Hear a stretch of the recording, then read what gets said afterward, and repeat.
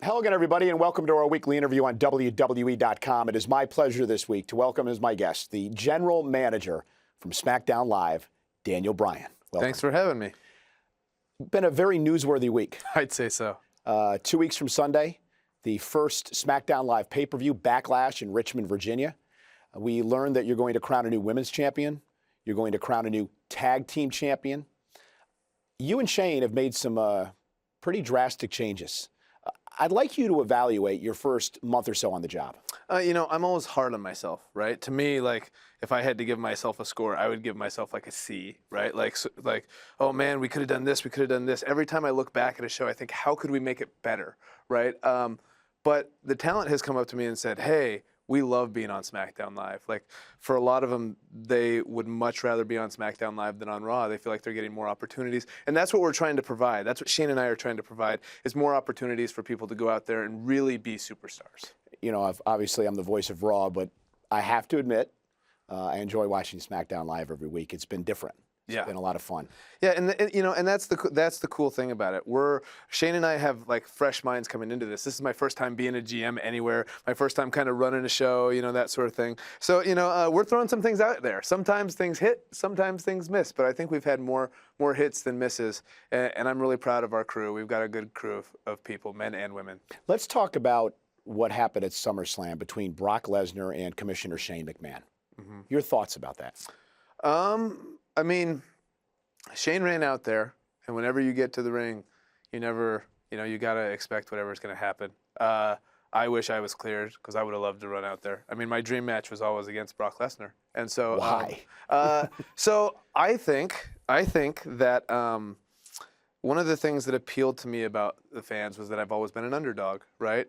And what bigger underdog match is there than Brock Lesnar versus Daniel Bryan? That's like David versus Goliath. True. And I also think he's never wrestled or fought anybody like me before, and especially I was working on this new style before they told me I couldn't wrestle anymore. That's really unlike anything else, like just the way that I move. And I don't think Brock would really know how to handle it. And there's also this other component, right? That like he's this bully who's really never had to like fight from underneath.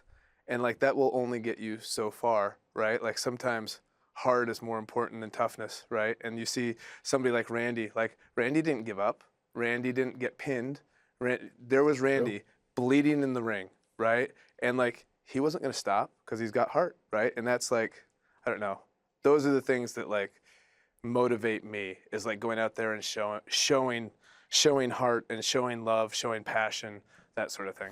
I'd like to get your thoughts on Finn Balor, because what happened to Finn, forced to relinquish the championship due to injury, the Universal Championship. You went through the same thing in your career. Your thoughts on Finn? I mean, the most tragic part, that kind of stuff happens, right?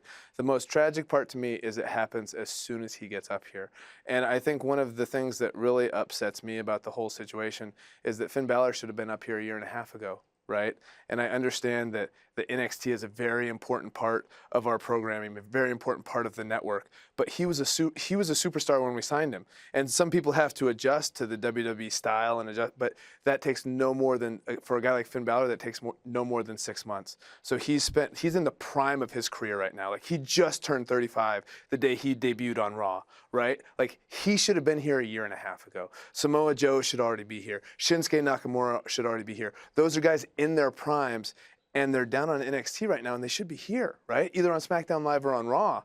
And the longer we wait, the more bumps they take, the more bruises they get, and the more susceptible they are to injury. Everybody knows there's a finite amount of hits that you can take in your career. You don't know what that number is. And the more times you take those hits down on NXT, the less hits you're going to be able to take when you're here.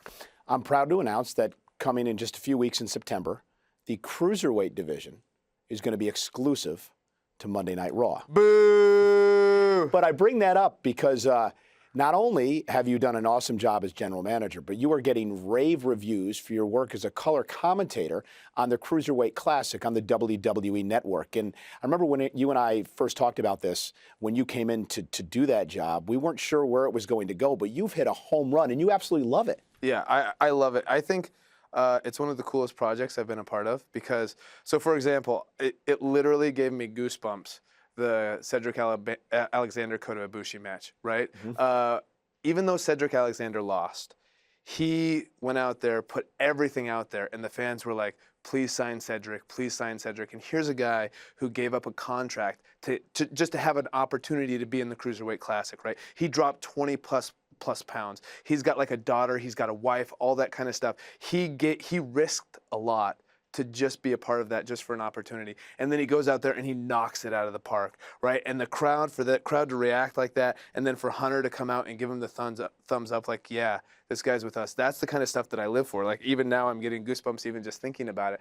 And to see these guys who, it's just incredible opportunities for these guys. And a guy I've known for years like TJ Perkins or Brian Kendrick to be on this stage, like at this point in their careers, it's just incredible. So every yeah. Wednesday night on the WWE Network, of course, the live finale comes your way on Wednesday night, September 14th. A couple other quick things. First, congratulations on the brand new reality series, which will get underway in October on E! Total Bellas. Total Bellas, yep. It's I can't wait to see your part in all this. Yeah. Because I know you, and this does not seem like you. Yeah, and you know, it literally came right off the heels of my retirement. Like, all of a sudden I just retired, and then now I'm going off to Tampa and being followed around by cameras every second of the day. And it was a really tough part of my life. And for people who are entertained by that, you get to see it. I don't necessarily want to relive it, but yeah, it'll go there. And finally, I've been hearing all these rumors that coming soon to WWE's Facebook page and many other platforms, we're finally going to get the documentary that has been 2 years in the making, Daniel Bryan versus The Bear. Yeah, I mean, everybody thinks WrestleMania 30 was the biggest moment of my life, right? The biggest moment of my career. But the hardest thing that I've ever had to do is wrestle a bear.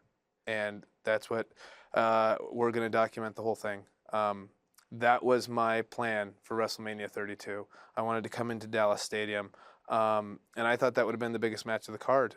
Daniel Bryan returns from his injury and goes out there and wrestles a bear. We documented the whole thing, so fans will get a chance to see what happens. Can't wait. Anyway, Daniel, thanks for joining us, and good luck on SmackDown Live. Thank you.